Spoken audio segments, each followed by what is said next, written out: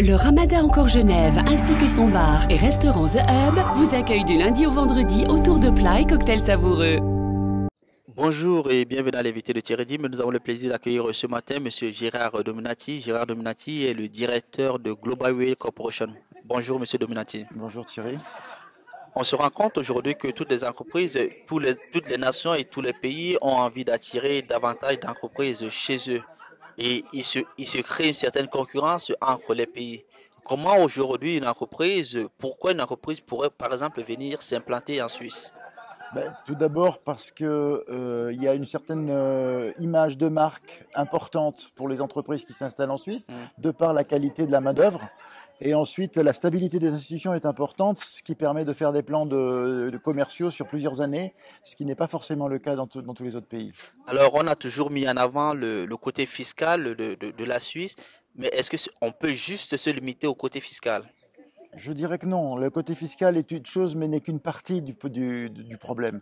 L'important, c'est de pouvoir avoir un développement plus stable vis-à-vis du monde, mais sur une base beaucoup plus saine, et dans la mesure où, en Suisse, l'entrepreneuriat est quelque chose de beaucoup plus familial. Alors, une entreprise qui décide, par exemple, j'ai décidé de venir m'installer en Suisse, où aller? Dans quel canton aller? Parce qu'on sait, par exemple, que suivant quel canton je vais payer moins. Je vais peut-être préférer Zouk, où on paye moins d'impôts, que Genève, où une entreprise ira s'installer en Suisse. Elle ira s'installer en fonction du tissu économique suisse. Le tissu économique suisse, on s'aperçoit que la Suisse, les entreprises, selon leur secteur d'appartenance, vont se situer dans différentes parties de la Suisse, indépendamment de la fiscalité. Donc on ne pourra pas installer une entreprise dans un endroit de la Suisse qui n'est pas du tout prête à recevoir ce genre d'industrie. Alors, je suis venu, je me suis installé. Il y a également un accompagnement qui peut se faire. Tout à fait. Parce que on a vu dans certains pays, par exemple en Chine, certaines entreprises européennes qui se sont implantées en Chine se sont cassées la tête parce qu'elles n'ont pas su s'implanter. Comment peut-on accompagner une entreprise qui vient s'implanter en Suisse? Il y a différentes manières de procéder. L'entreprise qui veut s'implanter en Suisse va d'abord se renseigner sur comment fonctionne la Suisse, sur comment est structuré le tissu économique. Elle va prendre ces informations un peu partout. Et elle peut aussi faire appel à des entreprises privées qui, elles, vont se charger justement de les aider à s'implanter pour qu'il n'y ait pas le même phénomène que les entreprises étrangères qui vont s'installer en Chine. Parce qu'en Chine, justement, il n'y a pas cette notion de support et cette notion d'accompagnement.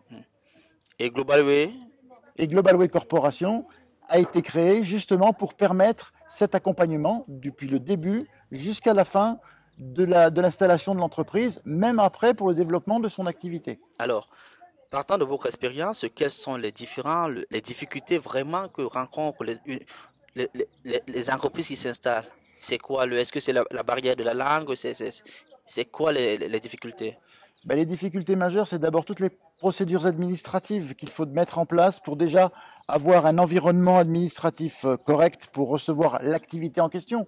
Ensuite, en fonction de l'endroit où se trouve l'entreprise, il va falloir mettre en place toute une structure, aussi bien physique que, on va dire, intellectuelle quelque part, pour permettre à l'activité de se développer. Il faut en faire sa publicité, il faut aller attirer les gens, il faut faire des events, il faut faire tout ce genre de travail pour mettre en place une certaine promotion de cette nouvelle activité. Et là, on est là pour aider justement les entreprises à faire ce pas au départ qui est important pour eux. Après, on va les libérer quelque part, on va les laisser sur l'élan, faire leur travail eux-mêmes, mais au départ, ils ont besoin d'une assistance assez robuste et assez compacte.